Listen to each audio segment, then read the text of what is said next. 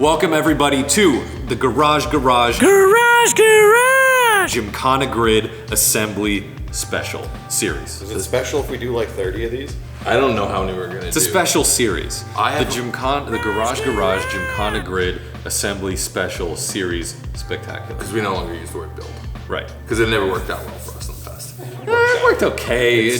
We overdid it. We overdid it a little bit. There's build this, build that, build bio, build breakdown, but whatever. No, we're building, we're assembling. And what we're assembling now is something I'm personally really excited about, Gymkhana GRiD cars. That's right. If you guys missed it, we are launching an official racing series. It's called Ken Block's Gymkhana GRiD. Yeah, and the three of us decided we should actually race in it. Duh. Yeah, so Of course. we'll see how we all do. But first we have to build cars to go do that.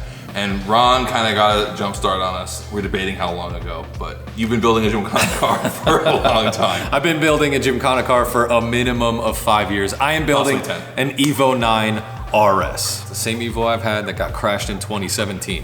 I'm building it to be that in-between of a basic street car and a $500,000 crazy full rallycross build. I'm building it to be the common man's all-wheel drive competitive Gymkhana GRiD car. With a sequential common. Yeah, common man, this guy over here. I'm a fraud, he's a fraud. Anyway, speaking of common man, tell us about your race car. So my car was actually intended to be a track day, time attack dedicated car, but things kind of went a bit sideways when I got a crazy 700 horsepower LS for it. Thanks, Zach. And I sort of lost interest in the project and it just been sitting on the back burner for a bit. But when we decided to launch this race series, I got a spark that made me reinvigorated to build this thing. So it's an LS powered E36 M3 with a 700 crank horsepower LS. You measure from the crank? Well, it was engine dyno, so we'll see what it puts down the wheels. But it's fully caged. It has all the suspension bits kind of sorted already. So it's gonna be a good base to this. It may not be the best Gymkhana car, but it's gonna be a lot of fun. It's gonna look cool, so that's all that matters. So you would think I would also take one of the 20 some odd cars I own and convert it into a Gymkhana GRiD car, but what fun is that? The best part of building a car is the marketplace search. I stumbled on a car that might be a bit unexpected, Toyota Corolla A86, and I did that because that is sort of the quintessential Japanese Gymkhana car. It's small, it's nimble, you don't need a lot of power, and it's fast because of how light it is. So I'll be building one of those, and it would be unlike me to not overcomplicate that. So Vinny, Don't even tell them. Vinny, yet. tell Wait a them. couple They episodes. already know. Let them know. They know. Let them know later All right, on. yeah, You'll just stay tuned. stay tuned to see fine. this. You know it's Fine, going to be fine, ridiculous. Comment below what you think it is. But honestly, it's the coolest thing about Gymkhana GRiD is that you don't need a 1,000 horsepower drift car. You don't need a full-blown WRC rally car. You can compete on the amateur level and be really competitive in, you know, a sub 200 horsepower, 2,000 pound car, a 700 horsepower car, 600-ish. rear-wheel drive car, or a 600 horsepower, or even less. You could do it in a mostly stock STI. That's true. We've seen it happen before. So it's really it's a cool sport because it allows a lot of people to get into the sport without this crazy barrier of entry. And then run what you brung. And if I you mean, want to that's go the pro, you get your way up to competing with all the big dogs. All right, so here's how we're gonna do this. The Gymkhana GRiD Assembly Special will come to you at least once a week, and it's gonna update you on all three cars because we're gonna be kind of building them together. Maybe we'll focus on one or another each episode. Anyway, tune in each week, follow what we're gonna do. We're also gonna go and test the cars and do all of that on the show. So without further ado, we're gonna introduce you to the first car, mostly because it's the only one we don't have to push right now. It's Vin's.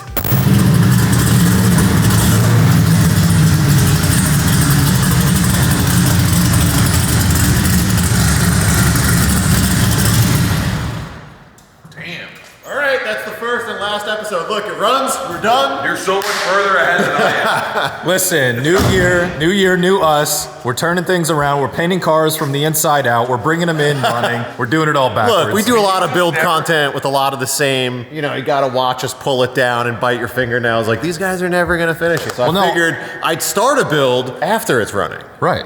Genius. Of course, because this is our promise of faith to you. Have faith in us that we're going to finish this. This is the promise ring of builds. Speak for yourselves, guys. Yeah, listen, you can't break Brian of old habits. Vin, what do you got? What are we looking at here? There's so much backstory here. I didn't even realize this thing drove. I think most people watching this don't even know what this thing is or where it came from. Yeah, 95 M3.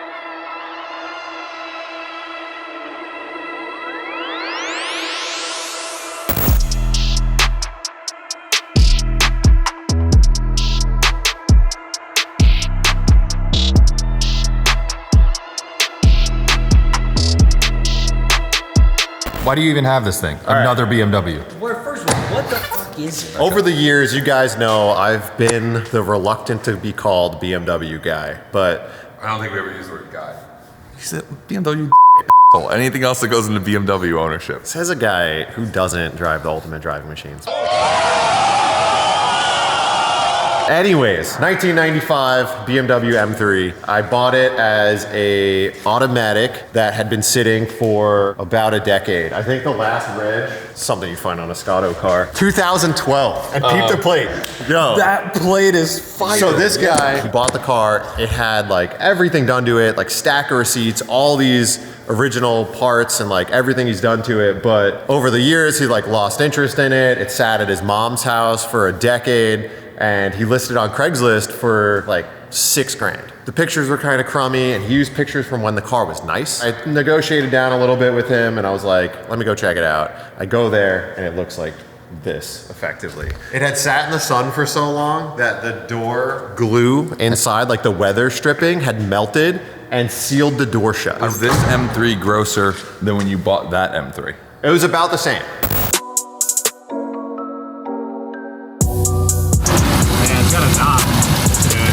It was about as gross as the Knucklebuster's car. I paid $2,500 for it, and I sold the S50 out of it for $2,500. So it was a free car, effectively.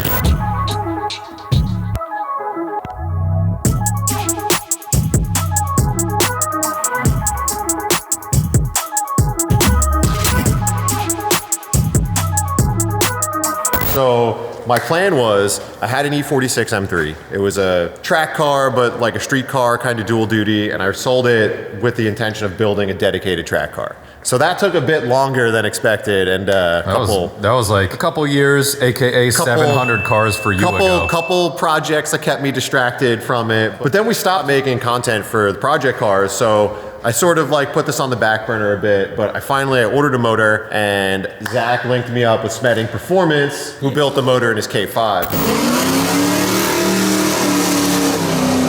And I was like, look, I want a nice, mild LS, make like 500 horsepower to the wheels. But then Zach was Zach like, doesn't know what the word mild No. This is what happened. These guys, right? They don't understand that I'm like, I want that amount of power because the car's gonna weigh 2,500 pounds. I could fit a 295 to a 315 on the rear. I want some traction. Like going fast is about having traction. They're like, no.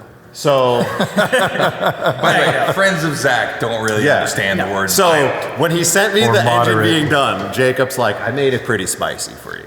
And I'm like, cool. What did it make? 716 crank horsepower. God damn. So with that, it's not gonna make the best time attack car. I'm sure someone out there could manage to have a good program, but not me. Your boy doesn't have enough time to develop a car like that. So what is a better fit for something that is gonna decimate tires, be really light and pretty nimble? Gymkhana GRiD. You and I had been talking about this a little bit before. This was giving you a good bit of anxiety because you know how much development it would take to make this, even be able to think about putting power down on the track. But Gymkhana GRiD is about getting around a course at lower wheel speeds. You got the torque band for that. Building this car for GRiD, I think it would be a fun thing for you to attempt as well. In my imaginary life, I would have enough time to develop this car to be a savage race car, but I don't.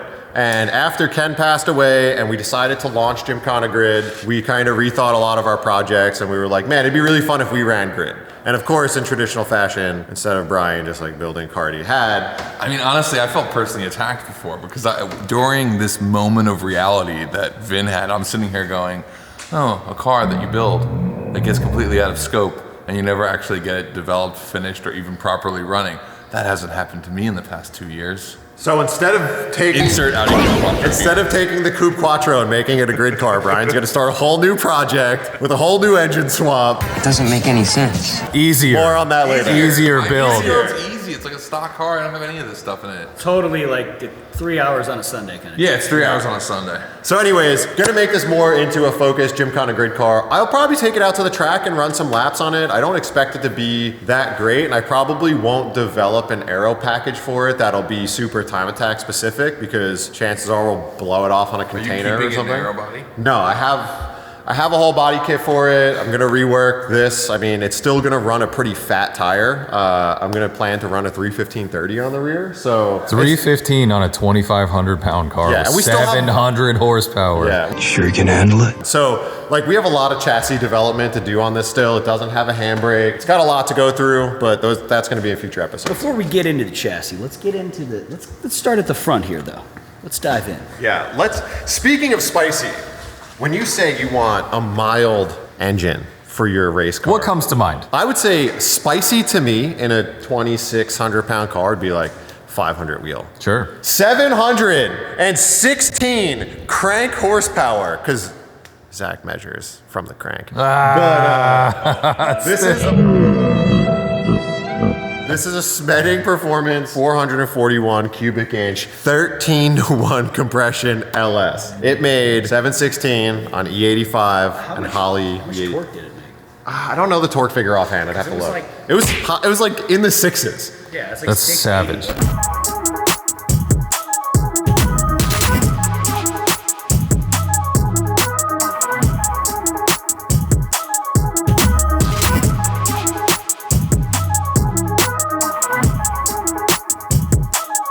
This engine was completely built by our friend Jacob at Smeding Performance. He actually did a whole build series on it on his channel. It's called That Engine Guy. If you want to go there and check it out, he goes into all of the detail on building this thing. And he's been on this verse that with his Corvette. He has, yeah. But, really good dude. How's it going, man? Oh, we know you. Yeah, for We sure, know dude. you. He's technically the chop master. That's a real chop daddy. with the chop.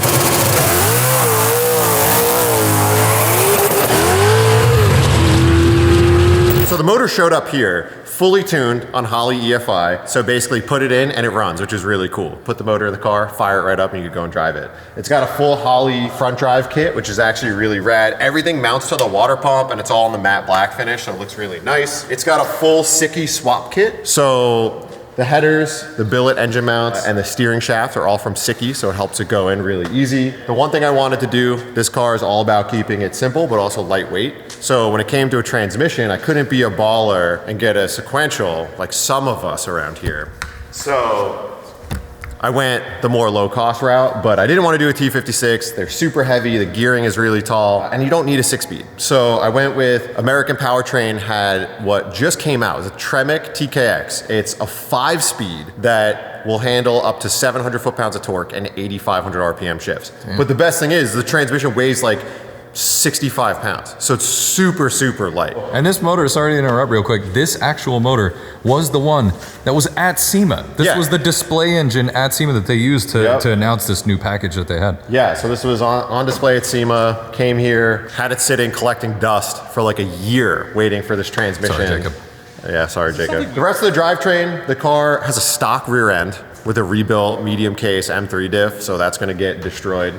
Gonna have to figure out like an 8.8 swap kit or maybe a quick change, but that's gonna get obliterated.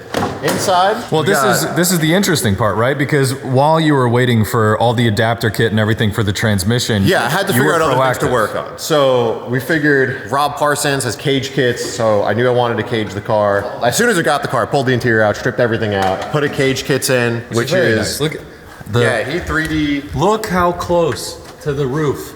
I mean, dude, that is. It's It's so like can't even good, get and your it just finger between that. gets you know? right in there. So he 3D scans cars and then prints and bends them, and they show up on a pallet. You could put this thing in a couple hours. So got it welded in, had the car sitting around, and for content, this is the stupidest way to do it, which is like paint below the color reveal on what you're gonna paint the car. But I needed to get stuff done. We wanted to keep it moving, so I was like, I'm gonna send it off. Brought it to Strassport. They had painted the engine bay and the interior, which we'll have to go in and touch up because I still got to weld in a handbrake mount. I want to take off some of the seam sealer and some of the brackets in the engine bay. Oh, this color is actually a factory BMW color. It's super rare. It came on the Z3 M Coupe, the clown shoe. Oh, wow. It's called Evergreen. So it's an OEM BMW color that's pretty uncommon. So I will be painting. It's quite nice. I rest of the actually car's like it a color. lot. I think it's a cool color. It's a blue-green, if you ask me. This is a very blue green. It is very blue-green. Yeah. Nope. Nope. Nope. Nope. And then other than that, I mean, the car was sitting for a very long time, so it needed all the suspension updated. So I brought the car to EAS and we went through and did every single bushing and bearing. It's got Turner Motorsport sway bars, Turner Motorsport control arms, every bushing in the rear end, subframe, differential, knuckles, every wheel bearing and everything's been done with all Turner Motorsport stuff. So the chassis is like ready to go. Pretty much this car, once it's painted and everything's good, it's ready to rip, except that rear end, which we're gonna use until it blows up, which will be very quickly. Yeah, well, tell me about the fuel system. Oh yeah, so then once the car is painted, so yeah, Andy Haley came by, we put the motor in. Oh, that was a day. That was a day. That was quite the day. So we had to mount the transmission to the motor, which was a fiasco, because it's got a center force twin disc, which was very hard to get the splines through. But Andy came, we swung the motor and we got it in place. Proper tools for the job.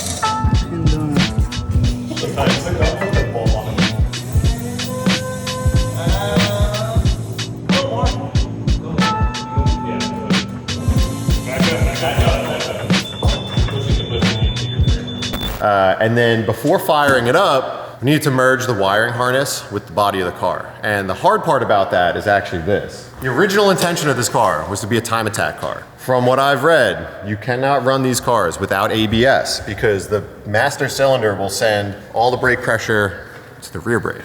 So I wanted to retain factory ABS. I had no idea how to merge those two together. So we went over to our friends at JMP. They've done probably 100 E36 LS swaps. So he actually converts the ABS to a standalone unit and then makes it work with Holley EFI standalone.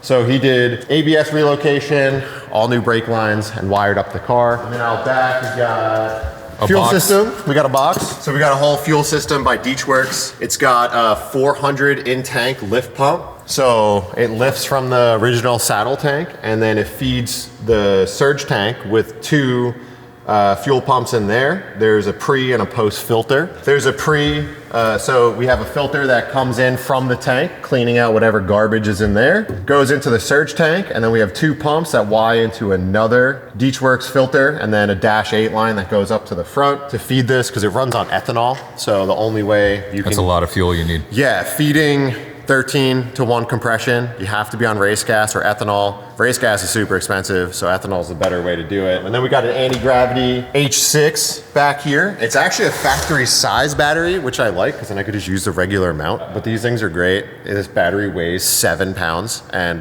you never have to really put it on a tender. Which is about 700 less than the factory one. Look at that space for a factory battery. That's massive. Yeah, and I know like we went the extra mile. We cut out the tray here, so the parcel shelf usually has a big heavy structure that goes across. So next step, not sure if I'm gonna do it or not, but a lot of people actually cut out the spare tire well and the battery box and flat bottom it, because you'll save another like 40 pounds. But for right now, I'm gonna leave it like this. I'm gonna drive it, get it going, and then I could always improve upon in the future. So it's gonna stay like this for now. All right, so now that the secret squirrel has caught us up on everything he's been doing in the off season, what's next? Where are we going with this? All right, so I gotta finish this car, and next steps, we're gonna do body work, putting the kit on. We gotta get it painted, we gotta do suspension and brakes, we gotta do a handbrake, we gotta do all the interior, because even though it's a gutted race car, I still wanna make the interior kinda nice. Then we gotta do some sort of aero package, we gotta do testing. It's a lot of work, but we'll get this car done pretty quick, and I actually think that this type of build content will be fun because you already got sort of the one piece out of the way, and then we'll dial this thing in over the next couple episodes, and then we'll see you compete in GRiD. We'll do a lot of testing, we'll have it out at this versus that, try to mop up some cars once I get a rear end that won't explode. But yeah, this will be a car that you see on the channel a bunch. Hopefully it'll be a lot of fun. But I gotta say, I started this thing up, it's been sitting all weekend, started up E85, and it's like frigid here in California. It's got to be like 48 degrees. And it started up right away. Started up. Fire up again. I got to give, oh, we're ending this on some chow. I got to give I think, because it runs, right? Like the transmission's bolted up, you drove it in here. We can do a light. Please. Because I don't. Break-in level donut. Break-in level donut, because I want to have, because I did make some changes, I do want, and this motor is pretty high strung. I want Jacob to be here to like fine tune it, but give it a little choppy. Let's give her a little listen.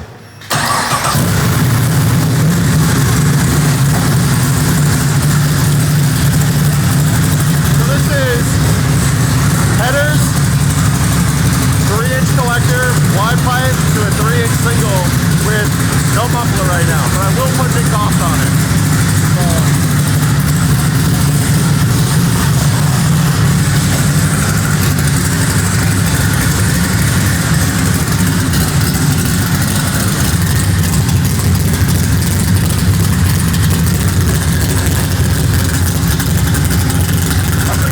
easier, but they're so dry rotted. That just sounds easier to do donuts with. Dry rotted tires are the best.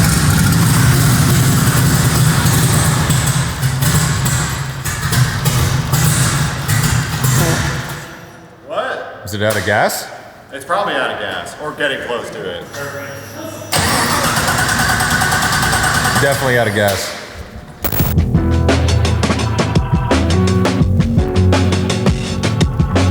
We're gonna try to get some people from the audience to just help Brian on his crazy projects. From the audience? Yeah. I'm not in the audience. I know, but somehow for now, because you get a paycheck, you're just stuck doing this. This is actually a cool car.